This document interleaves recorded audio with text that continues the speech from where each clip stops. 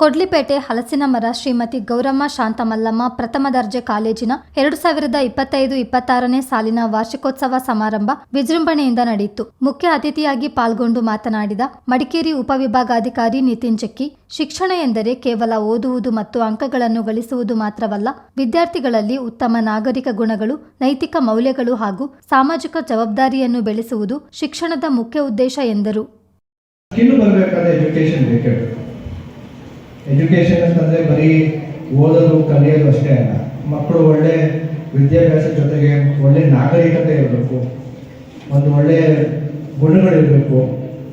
ಅದು ಈಗ ಇತ್ತೀಚಿನ ಕಾಲದಲ್ಲಿ ನೋಡೋಕ್ಕಿದ್ರೆ ಎಲ್ಲರೂ ಒಂದೇ ದಿಕ್ಕಿನಲ್ಲಿ ಹೋಗ್ತಾರೆ. ನಾನು ಎಷ್ಟು ಹಣ ಸಂಪಾದಿಸ್ತೀನಿ, ಎಷ್ಟು ನಾನು ಆಸ್ತಿ ಸಂಪಾದಿಸ್ತೀನಿ, ಎಷ್ಟು ನನ್ನ ಕಡೆ ಎಷ್ಟು ಸಂಗ್ರಹಣೆ ಮಾಡ್ತೀನಿ, ಅದ್ರ ಬಗ್ಗೆನೇ ಯೋಚನೆ ಮಾಡ್ತಾರೆ. ಆ ಒಂದು ಯೋಚನೆಯನ್ನು ಬಿಟ್ಟು ಒಂದು ರಾಜ್ಯ, ಒಂದು ದೇಶ, ಒಂದು ಸಮಾಜ, ಒಂದು ಒಗ್ಗಟ್ಟು, ಆ ಒಂದು ಮೌಲ್ಯ ತತ್ವಗಳನ್ನು ಇಟ್ಕೊಂಡು ಈ ಬರೋ ಒಂದು ನಾಡು ಪೀಳಿಗೆಗಳಿಗೆ ಒಂದು ಒಳ್ಳೆ ಮಾರ್ಗದರ್ಶನ ಆಗಬೇಕು. ಅದರ ಜೊತೆಗೆ ಸ್ಪೋರ್ಟ್ಸ್ ಅದು ಕೂಡ ಬಹಳ ಮುಖ್ಯ, ಹೆಲ್ತ್ ಅದು ಕೂಡ ಬಹಳ ಮುಖ್ಯ. ಇದೆಲ್ಲವೂ ಕೂಡ ಒಂದು ಒಂದು ಒಂದು ಮನುಷ್ಯನಿಗೆ ಒಂದು ಒಳ್ಳೆ ರೂಪ ಕೊಡ್ತದೆ, ಒಂದೊಳ್ಳೆ ಭವಿಷ್ಯ.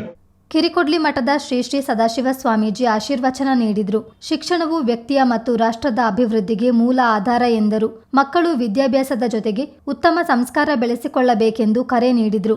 ಜೀವನದಲ್ಲಿ ಶಿಸ್ತು ಅಳವಡಿಸಿಕೊಳ್ಳುವಂತೆ ಮನೆಹಳ್ಳಿ ಮಠದ ಪರಮಪೂಜ್ಯ ಶ್ರೀ ಶ್ರೀ ಮಹಾಂತ ಸ್ವಾಮೀಜಿ ತಿಳಿ ಹೇಳಿದರು.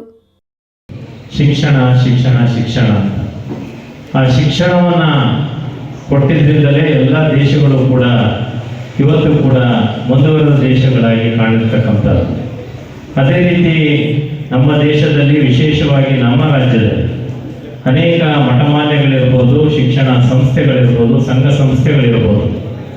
ಈ ಒಂದು ಕರ್ನಾಟಕ ರಾಜ್ಯದಲ್ಲಿ ವಿಶೇಷವಾಗಿ ಶಿಕ್ಷಣವನ್ನು ಕೊಡುವ ನಿಟ್ಟಿನಲ್ಲಿ ಕೆಲಸ ಮಾಡಿದ್ರಿಂದ ಇವತ್ತು ಕರ್ನಾಟಕ ಅತ್ಯಂತ ಹೆಚ್ಚು ಶಿಕ್ಷಣವಂತವನ್ನು ಹೊಂದಿದಂಥ ರಾಜ್ಯ ಆಗಿರುತ್ತೆ.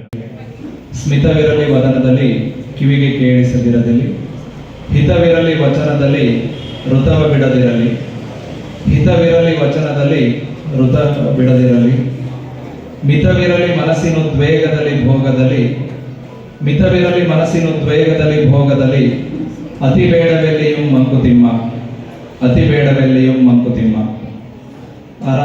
ವಿದ್ಯಾಸಂಸ್ಥೆಯಲ್ಲಿ 32 ವರ್ಷಗಳ ಕಾಲ ಸುದೀರ್ಘ ಸೇವೆ ಸಲ್ಲಿಸಿ ನಿವೃತ್ತರಾಗ್ತಿರುವ ಹಿರಿಯ ಶಿಕ್ಷಕರಾದ ಅಬ್ದುಲ್ ರಬ್ ಅವರನ್ನು ವಿದ್ಯಾಸಂಸ್ಥೆ ವತಿಯಿಂದ ಸನ್ಮಾನಿಸಿ ಬೀಳ್ಕೊಡಲಾಯಿತು. ಕಾರ್ಯಕ್ರಮದ ಅಧ್ಯಕ್ಷತೆಯನ್ನು ಕೊಡ್ಲಿಪೇಟೆ ವಿದ್ಯಾಸಂಸ್ಥೆಯ ಅಧ್ಯಕ್ಷರು ಹಾಗೂ ಕರ್ನಾಟಕ ಉಚ್ಚ ನ್ಯಾಯಾಲಯದ ಹಿರಿಯ ವಕೀಲರಾದ ಚಂದ್ರಮೌಳಿ ವಹಿಸಿದ್ದರು.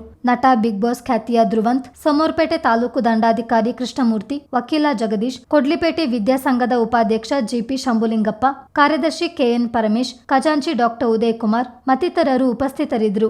ಚಿತ್ತಾರ ನ್ಯೂಸ್, ಕೊಡ್ಲಿಪೇಟೆ.